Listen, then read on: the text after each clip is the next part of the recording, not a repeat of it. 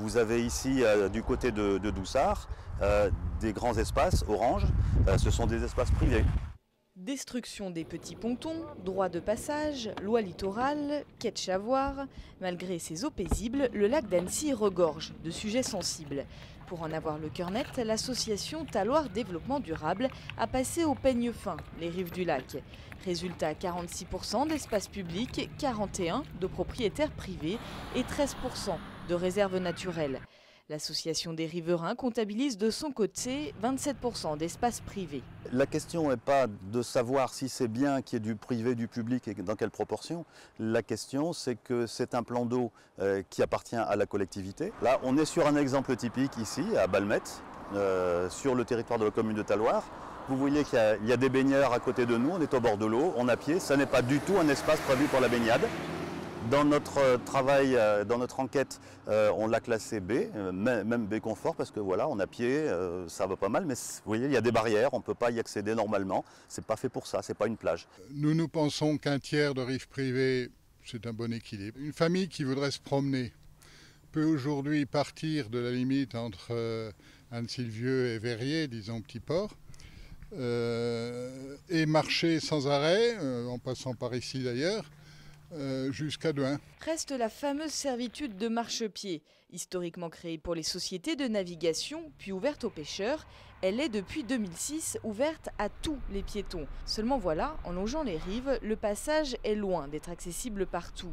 Le SILA, gestionnaire du lac, travaille actuellement à un cheminement complet. Ça n'est pas du tout une zone que la collectivité doit aménager pour faire un chemin.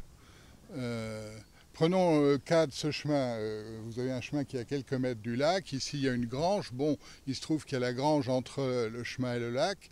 Est-ce qu'il est vraiment indispensable de passer devant la grange alors qu'on passe et qu'on est à 10 mètres du lac?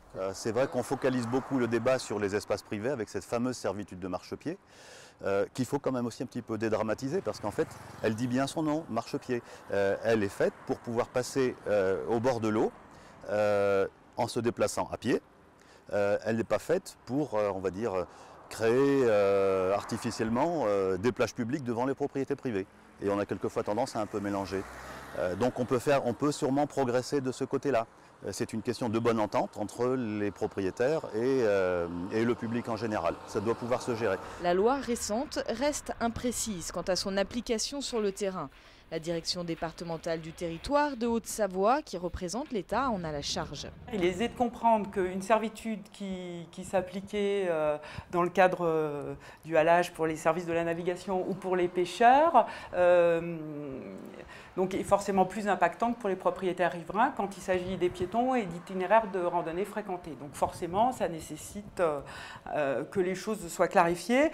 Le ministère nous a indiqué en début d'année lancer une réflexion sur les moyens réglementaires, les moyens conventionnels, les éventuelles évolutions législatives pour qu'on puisse améliorer la mise en œuvre, l'application de cette disposition. Le problème de l'accessibilité ne fait pas que des vagues à Annecy.